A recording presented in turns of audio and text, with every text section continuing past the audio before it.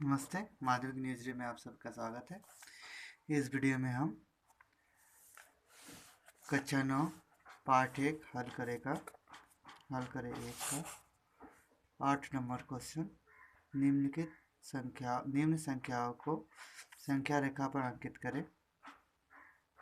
इसका समाधान करेंगे। इसमें हम जो संख्या दिया हुआ है उनको हम संख्या रेखा पर कैसे अंकित करते हैं वो सीखेंगे और अंकित करेंगे। ठीक है, चलिए स्टार्ट करते हैं। 1 नंबर प्रश्न है 5.762 को संख्या रेखा पर अंकित करना है। ये हमारा पहला है 5.762 को संख्या रेखा पर अंकित करना है। सबसे पहले देखेंगे कि संख्या रेखा पे किस स्थान पे आएगा। तो 5 है, 5.762 है, इसका मतलब 5 और 6 के बीच में आएगा। तो पहले सबसे पहले संख्या रेखा बनाते हैं।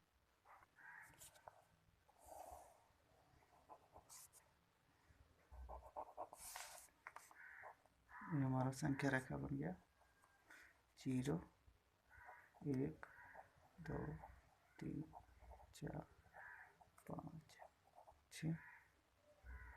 ठीक है, इधर लिख देते हैं -1 -2। तो ये संख्या कहाँ आएगी? 5 और 6 के बीच में आएगी। दशमलव में है तो हम क्या करेंगे, 5 और 6 को 10 भाग में बांट देंगे। कैसे करेंगे?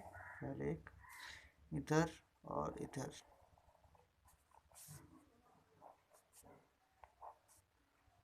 अब हम 5 और इधर यहाँ हो जाएगा 5 और ये हो जाएगा 6, उसे हम 10 भागों में बांट देंगे।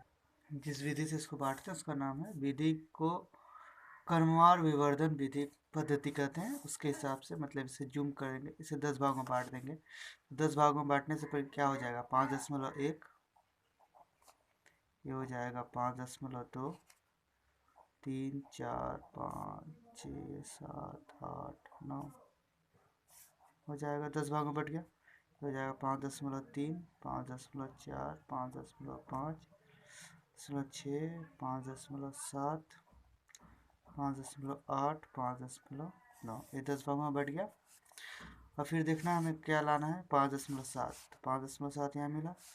अब 5.7 ठीक 5.8 के बीच में होगा ये बाकी 5.76। तो 5.7 और 5.8 को उसी तरह जैसे इसको पहले बांटे थे उसी तरह इसको 10 भाग में बांट देंगे। यहाँ बन जाएगा होगा 5.7 और ये हो जाएगा 5.8। इसे हम 10 भागों में बांट देंगे। 1 2 3 4 5 6 7 8 9। गड़बड़ हो गया। चलिए देख लेते हैं यहाँ पर कैसे बांटा हमने।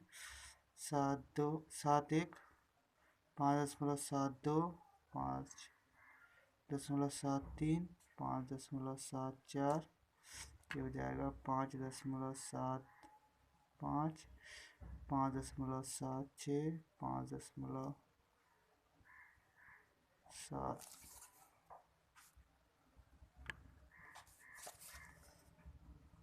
7, ये हो जाएगा 5.78 और ये हो जाएगा 5.79, 5.79। ठीक है, अभी थोड़ा स्पेस आप ख्याल कीजिए, इससे बड़ा लेना है, वैसे थोड़ा सा गड़बड़ के कारण ऐसा हो गया। फिर क्या लाना है, 7 6 यहाँ मिला और 7 6 मिला जैसे ही, तो इसके बगल वाले को 5.77 को और 7 6 को बड़ा करना पड़ेगा, 10 भागों में बांटना पड़ेगा। तो इसको हम 10 भागों में बांट देंगे। ये हो जाएगा 5.76 और ये हो जाएगा 5.77। इसे 10 भागों में बांटेंगे, 1 2 3 4 5 6 7 और 9। ये 10 भागों में बढ़ गया। ये हो जाएगा आपका 5.761, 5.762, 5.763, 5.764, 5.765, 5.766, 5.767, 5.768, 5.769। अब कौन सा संख्या अंकित करना था? 5.762, तो आपको यहाँ मिल गया। इस पॉइंट को इस तरह से वाले को बना देंगे और यहाँ पर पॉइंट लिख देंगे P, बोल देंगे कि 5.762 को संख्या रेखा पर अंकित कर P बिंदु पाया। 2 मिनट सवाल भी बिल्कुल उसी तरह है, तो उसे भी फटाफट बना लेते हैं। ठीक है, इसको हम कैसे बनाएंगे उसी तरह। देखिए ये रहा दूसरा नंबर, इसी तरह तीसरा चौथा भी बनेगा। ठीक है, 8 का। अब हम 9 नंबर देखते हैं कैसे बनेगा। बाकी दोनों उसी तरह बनेगा। 9 नंबर देखिए, 9 नंबर में बोला है कि 2.2 के ऊपर आवर्त, 6 के ऊपर आवर्त और 5.544 के ऊपर आवर्त संख्या को दशमलव के 4 स्थान तक संख्या रेखा पर अंकित करें। तो पहले इन दोनों को दशमलव के 4 स्थान तक बनाना पड़ेगा, फिर उसके बाद संख्या रेखा पर अंकित करना पड़ेगा। इसको कैसे करेंगे? पहले संख्या है, इसे हम 4 अंकों में पहले अंकित कर देते हैं। दोनों के ऊपर आवर्त है, तो इसको दशमलव के 4 स्थान तक कैसे लिखेंगे? दशमलव के 4 स्थान तक क्या होगा? 2.26 और 2.26। ठीक है, 2.26 दोनों के ऊपर आवर्त है 2 और 6 के, तो इसलिए 2 और 6 दोबारा आएगा। अब इसे हम जैसे 8 नंबर में बनाए थे उसी तरह इसे संख्या रेखा पर अंकित कर सकते हैं। और दूसरा जो संख्या है 5.54 दशमलव के 4 के ऊपर आवर्त, इसे 4 अंकों तक कैसे लिखेंगे?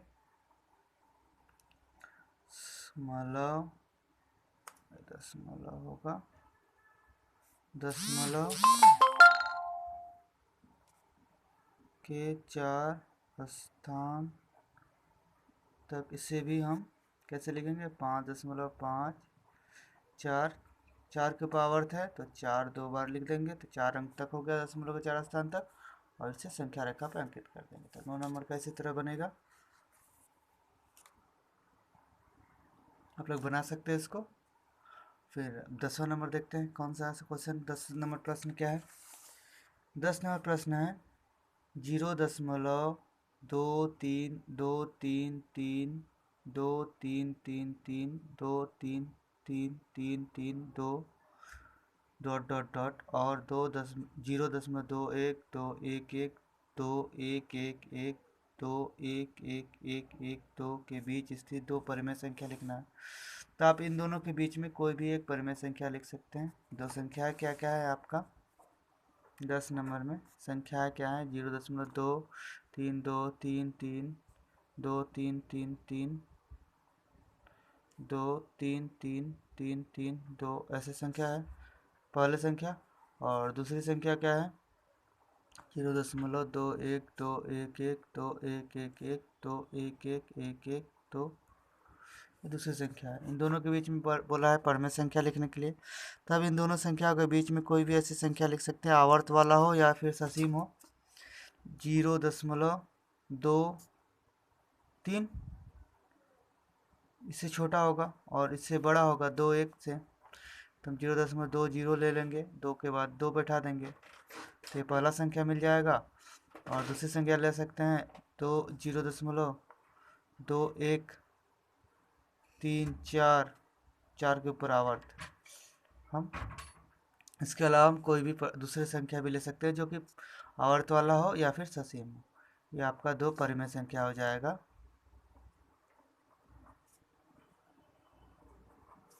इन दोनों के बीच। ठीक है, आपका 10 नंबर बन गया। 11 नंबर प्रश्न क्या है?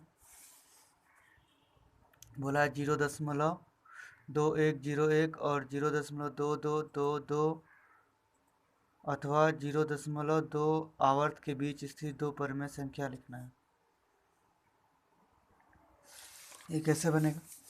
इसे हम कैसे बोला है 0.2101 और 0.2222 या 0.2 आवर्त के बीच में दो परिमेय संख्या लिखना था। दो परिमेय संख्या लिखना है। दोनों के बीच में कोई भी परिमेय संख्या ले सकते हैं। एक परिमेय संख्या हो गया, दूसरा 0.22 ये दूसरा परिमेय संख्या हो गया। ठीक है। इसके अलावा आप दूसरे भी यहाँ 0 बैठाकर यहाँ 1 बैठाकर ऐसे परिमेय संख्या बना सकते हैं।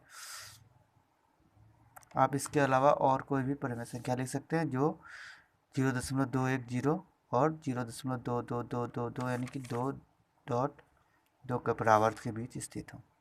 ठीक है, 11 नंबर बन गया। 12 नंबर क्या बोला है कि प्राकृतिक संख्या, अखंड संख्या, अखंड संख्या, पूर्ण संख्या, परिमेय संख्या, अपरिमेय संख्या और वास्तविक संख्या से संबंधित 10 सत्य और 10 असत्य कथन लिखें। 10 सत्य कथन, असत्य कथन। सत्य कथन में लिखेंगे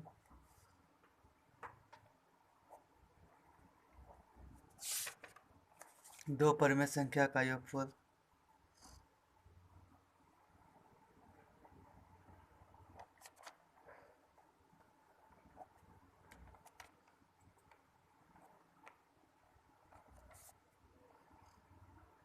सदैव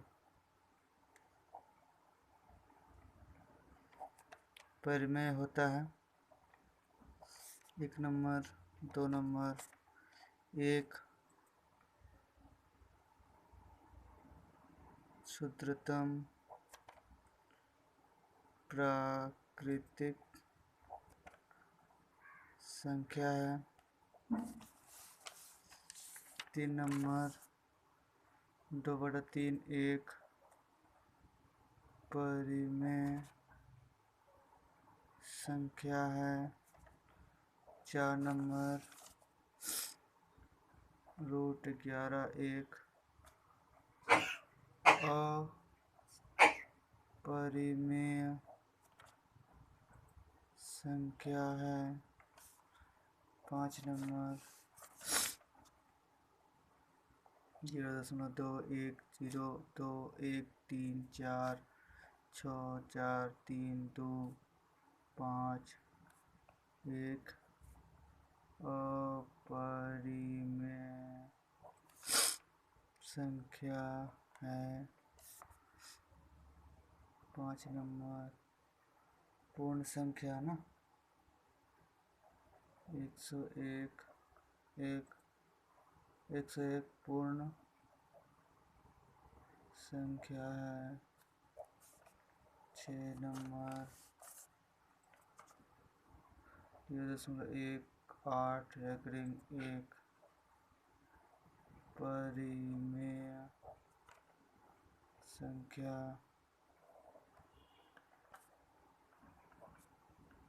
है। 7 नंबर दो परिमेय संख्या का गुणनफल परिमेय होता है। 8 नंबर परिमेय संख्या सभी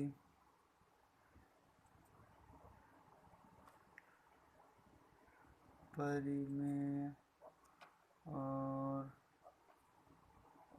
अपरिमेय संख्या के समूह को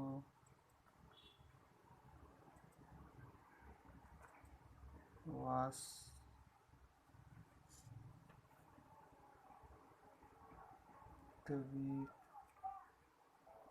संख्या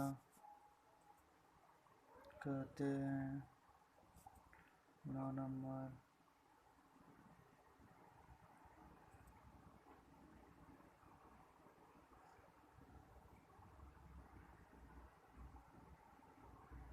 और क्या लिख सकते हैं?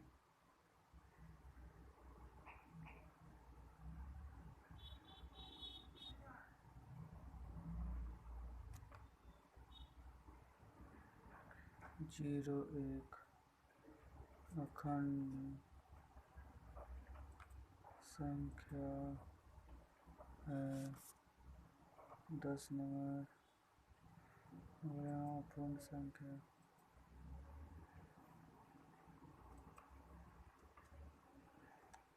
सभी पूर्ण संख्या परिमेय संख्या है। ठीक है, 10 सत्य कथन हो गए। अब 10 असत्य कथन देख लेते हैं। 10 असत्य कथन।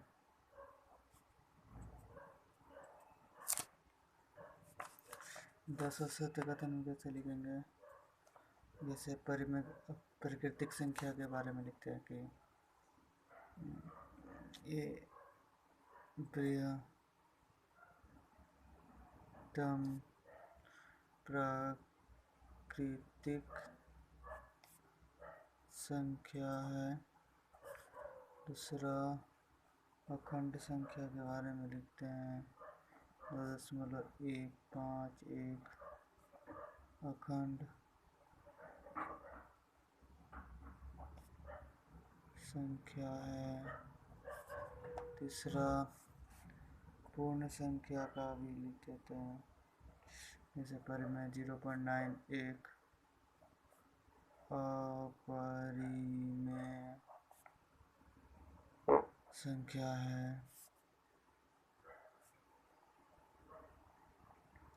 एक अपरिमेय संख्या है। पांचवा प्रत्येक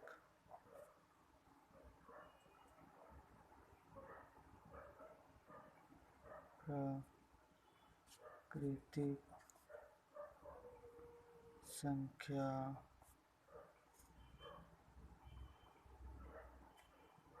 पूर्ण संख्या नहीं है। 5 नंबर प्रत्येक अखंड संख्या प्राकृतिक संख्या है। 6 नंबर था ना। 7 नंबर एक अपरिमेय संख्या है। 8 नंबर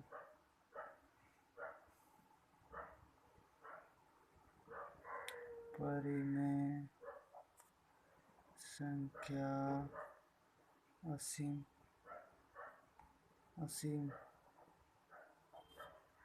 होते हैं। 9 नंबर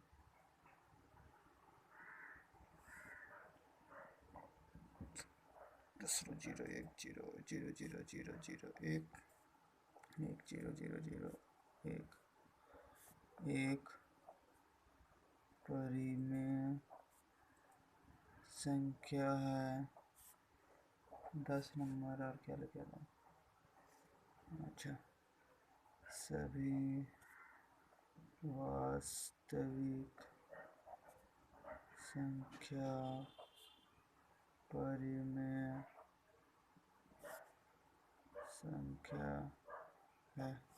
इसी तरह आप कोई भी 10 सत्य और असत्य कथन लिख सकते हैं। ठीक है। 13 नंबर प्रश्न क्या है? 13 नंबर प्रश्न है कि गुणा करने पर 2 रुपये और योग करने पर 1 रुपये खर्च होते हैं, तो निम्नलिखित संख्याओं का मान ज्ञात करने में कितना खर्च होगा, ज्ञात करें और किस नियम का पालन करने से खर्च कम किया जा सकता है। ठीक है, तो पहला क्वेश्चन है एक नंबर 13 का बोला है कि गुना करने से 2 रुपया लगता है और योग करने से 1 रुपया लगता है। तो 3x² प्लस 2x प्लस 1, जबकि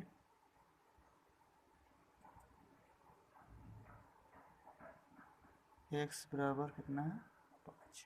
ठीक है, x का मान 5 दिया हुआ है। अब बोला है कि गुना करने से 2 रुपया खर्च होता है और जोड़ने से 1 रुपया खर्च होता है। तो किस नियम से इसे का समाधान करने पे हमारा खर्च कम होगा? यह हिंट में दिया हुआ है, देखिए कैसे बनाना है इसे। ये हुआ आपका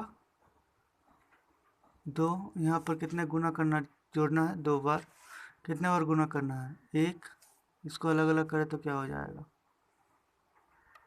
3 into x plus 2 into x plus 1। ठीक है, तो कितने बार गुना करना पड़ रहा है 1 2 3 बार गुना करना पड़ रहा है और 2 बार जोड़ना पड़ रहा है। तो जितना ज़्यादा गुना करेंगे उतना ज़्यादा खर्चा पड़ेगा। हम गुना की संख्या कम कर सकते हैं, कम कर देंगे तो हमें क्या होगा कि हमारा खर्चा कम हो जाएगा। तो यहाँ पर हम कौन सा नियम पालन करेंगे जिससे खर्चा करना कम पड़े? इस हिसाब से इसका समाधान करने पर कितना खर्चा पड़ रहा है इसको पहले हिसाब कर लेते हैं।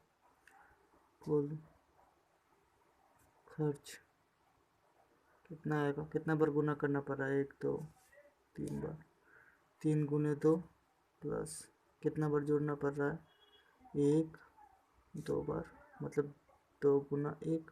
कुल खर्चा कितना हो गया 6 जोड़ 2 बराबर 8 रुपया। और खर्च करना कम करना है तो हम क्या करेंगे, गुना का वितरण का नियम जो हम लोगों ने सीखा था, गुना का वितरण का नियम से इसको बनाएंगे अगर तो हमारा खर्चा कम पड़ेगा। जैसे अगर x² प्लस 2x प्लस 1 है, इसका समाधान कैसे करेंगे गुना के वितरण के नियम के साथ, मतलब 3x प्लस 2 ऐसा हो जाएगा। तो यहाँ पर गुना कितना बार करना पड़ रहा है 1 बार, और ये 2 बार गुना करना पड़ रहा है। तो हमारा खर्च कितना हो जा रहा है 2 गुने 2 प्लस 2 गुने 1, जोड़ 2 बार है तो कितना खर्च हो जा रहा है 4 प्लस 2 बराबर 6 रुपया। तो हम लिख सकते हैं कि वितरण का नियम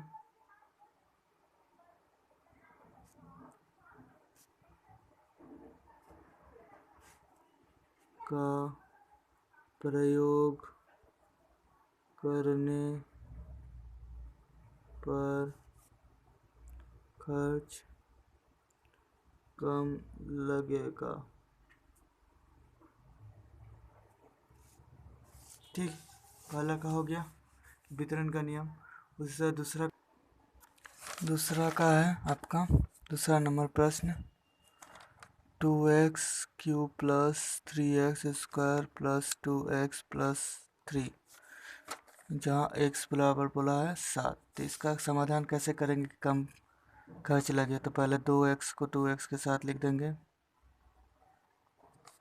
और 3x² प्लस 3 एक साथ लिख देंगे। फिर यहाँ क्या करेंगे हम वितरण का नियम, गुना के वितरण के नियम के हिसाब से 2x कॉमन लेंगे तो क्या बचेगा x² प्लस 1 प्लस इसी तरह यहाँ 3x² प्लस 1, फिर वितरण का नियम फिर लगाएंगे x² प्लस 1 और 2x प्लस 3 हो जाएगा। इस तरह से अगर समाधान करें तो हमारा खर्च कितना पड़ रहा है, यहाँ एक बार गुना करना पड़ रहा है, कुल खर्च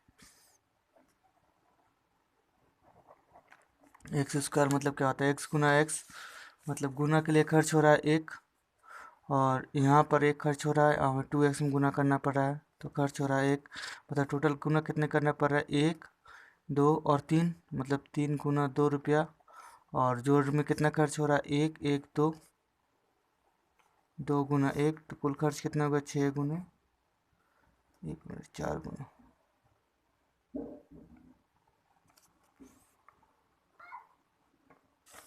यहाँ पर 1 गुना करना पड़ रहा है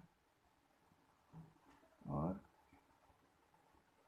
यहाँ पे 1 गुना करना पड़ रहा है और यहाँ 3 6 रुपया, और यहाँ कितना हो गया 2 रुपया, कुल खर्च कितने हो गए 8 रुपये। ठीक है, तो गुना के वितरण का, यहाँ पर भी गुना के वितरण का नियम का प्रयोग करके हमें खर्च कम लग रहा है। खर्च कितना लग रहा है 8 रुपया। ठीक है, हमारा 13 नंबर बन गया। अब हम 14 नंबर देखते हैं क्या है। 14 नंबर MCQ है। बोला √5 का दशमिक रूप कैसा होगा। √5 क्या है, एक अपरिमेय संख्या है। अपरिमेय संख्या का दशमिक रूप क्या होता है, असीम और अनावर्त, यानी कि C नंबर। इस तरह 2 नंबर का क्वेश्चन क्या है, दो अपरिमेय संख्याओं का गुणनफल क्या होता है, हमेशा परिमेय संख्या होता है। दो अपरिमेय संख्या दी है ना, अपरिमेय संख्या गुणनफल क्या होता है, हमेशा परिमेय होता है, नहीं। हमेशा अपरिमेय होता है, नहीं। परिमेय भी हो सकता है, अपरिमेय भी हो सकता है। और दोनों अपरिमेय संख्या √2 हो तो उसका गुणनफल क्या होगा, परिमेय संख्या होगा। अगर दोनों अपरिमेय संख्या √2 और √3 हो तो क्या होगा, दोनों संख्या गुणनफल अपरिमेय हो गया, यानी कि परिमेय और अपरिमेय दोनों हो सकते थे। ऑप्शन डी सही है। 3 नंबर बोला है पाई एवं 22/7। पाई और 22/7 कैसी संख्याएं हैं। 22/7 को p/q के रूप में लिखा जा सकता है, p/q के रूप में लिखा हुआ है। और पाई को p/q के रूप में नहीं लिख सकते, इसलिए पाई क्या हो गया, अपरिमेय, और 22/7 परिमेय संख्या, यानी कि ऑप्शन डी सही है। 4 नंबर बोला है दो परिमेय संख्याओं के बीच कितनी परिमेय संख्या होता है, असंख्य परिमेय संख्या, अपरिमेय संख्या भी हो सकते हैं। ये ऑप्शन क्या दिया है उसको देख लेते हैं। कोई परिमेय संख्या नहीं होता, ये गलत है, क्योंकि दो परिमेय संख्या के बीच बहुत सारे परिमेय संख्या हो सकते हैं। केवल एक परिमेय संख्या, बहुत सारे परिमेय संख्या हो सकते हैं, एक भी तो हो सकता है, मतलब ये ऑप्शन गलत है। कोई अपरिमेय संख्या नहीं होगा, ये भी गलत है। असंख्य अपरिमेय संख्या हो सकते हैं, हाँ ये सही है, क्योंकि दो परिमेय संख्या अगर दशमलव वाला परिमेय संख्या ले लेते हैं 2.5 और 2.6, इन दोनों के बीच में असंख्य परिमेय संख्या आ सकते हैं जो कि अनावर्त हो और असीम हो, इसीलिए क्या हो जाएगा, असंख्य अपरिमेय संख्या। फिर बोला है कि दो अपरिमेय संख्या के बीच में क्या होगा, असंख्य परिमेय संख्या हो सकते हैं, उसी तरह जिस तरह के दो परिमेय के बीच में होता है, तो ऑप्शन सी सही हो जाएगा। 4 नंबर क्या बोला है, जीरो संख्या क्या है। जीरो क्या है, एक अखंड संख्या है।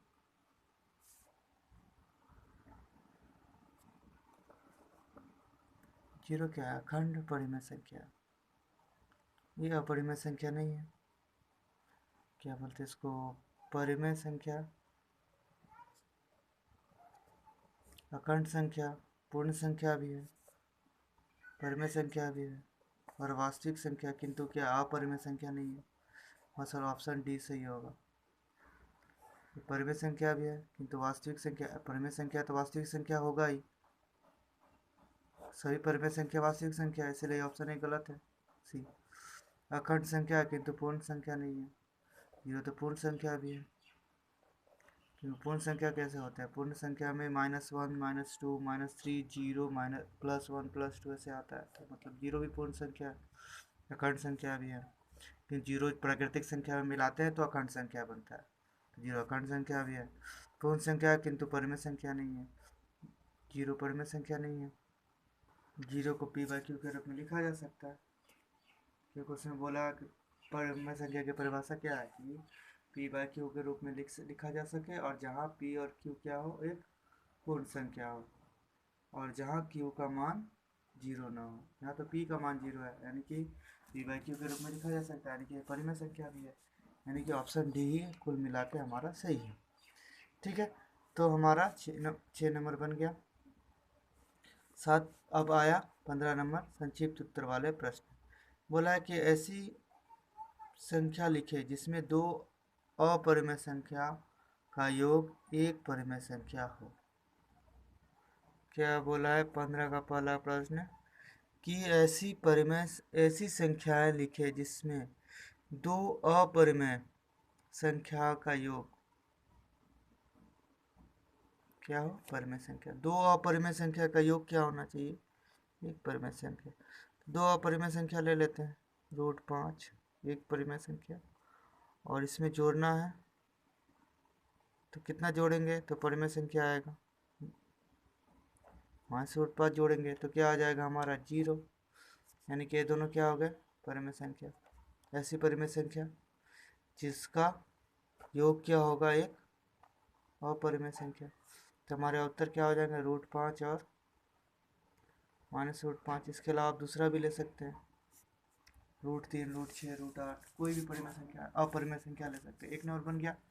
दूसरा क्या बोला है कि दो अपरिमेय संख्या का वियोग एक परिमेय संख्या हो, ऐसी संख्या लिखिए। तो हम उसी तरह ले सकते हैं, दो परिमेय संख्या 5 और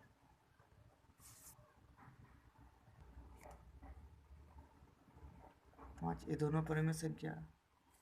इनका वियोग क्या हो जाएगा? 5 घटा 5 बराबर 0। दूसरा का हो गया। इसके अलावा आप दूसरा भी संख्या ले सकते हैं। जैसे अगर हम 4 ले ले और इसमें दो परिमेय संख्या ले लेते हैं, 2 माइनस √3, वियोग कर देंगे इसमें कितना? 2 प्लस √3। इसका वियोग क्या हो जाएगा आपका? 2 प्लस √3, 2 प्लस √3 ले लिए। ये क्या है? परिमेय संख्या, अपरिमेय संख्या है। दोनों का वियोग करेंगे तो क्या आएगा हमारा? 0। गलती लिख दे रहा है, या 0। ये भी आप ले सकते हैं वियोग करने के बाद। दूसरा का हो गया। तीसरा का है, तीसरा प्रश्न है 1/7 और 2/7 के बीच एक परिमेय संख्या लिखे। तो इसको क्या करेंगे? 1/7 जोड़ 2/7 बटा में 2, एक परिमेय संख्या लिखना है। तो इसको जोड़ेंगे तो क्या आएगा? 3/7 बटा में 2, 2/1 उलट जाएगा तो क्या आ जाएगा? 3/14।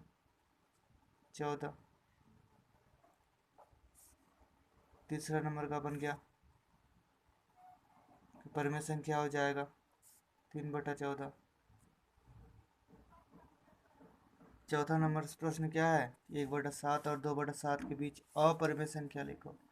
इसे कैसे बनाएंगे? तो 1/7 और 2/7 के बीच में अपरिमेय संख्या लिखना है। तो पहले से दशमलव भिन्न में बदल देंगे। तो 1/7 का दशमलव भिन्न क्या आएगा?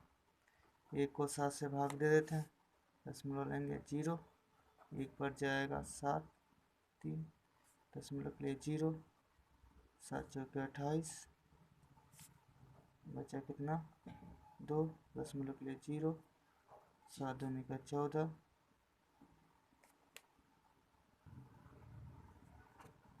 क्या बचा? 6 दशमलव के लिए 0,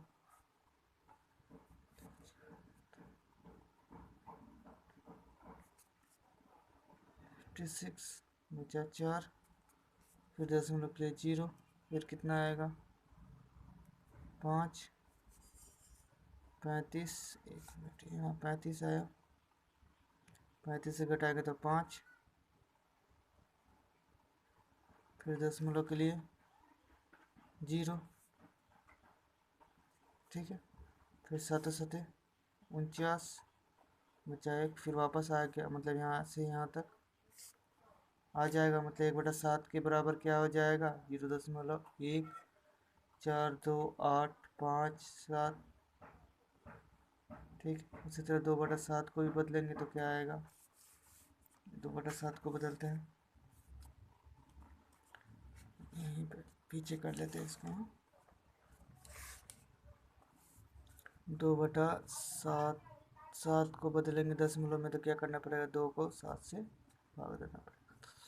तो 0, 7 दूनी का 14 बचा 6, दशमलव के लिए 0, 7 8 56 बचा 4, दशमलव के लिए 0, 7 5 35 बचा 5, दशमलव के लिए 0, 7 7 49, फिर 1, फिर दशमलव के लिए 0, 7 1 7 बचा कितना? 3, फिर दशमलव के लिए 0, 7 चौके 28 बचा 2, 28 बचा 2, फिर वापस वहीं आ गया। तो मतलब ये हो जाएगा यहाँ से यहाँ तक क्या आया 2 8 5 7 1 4 आपका आया 2 8 फिर 5 7 1 4 आवर्त लग जाएगा यहाँ 1 के ऊपर आवर्त होगा।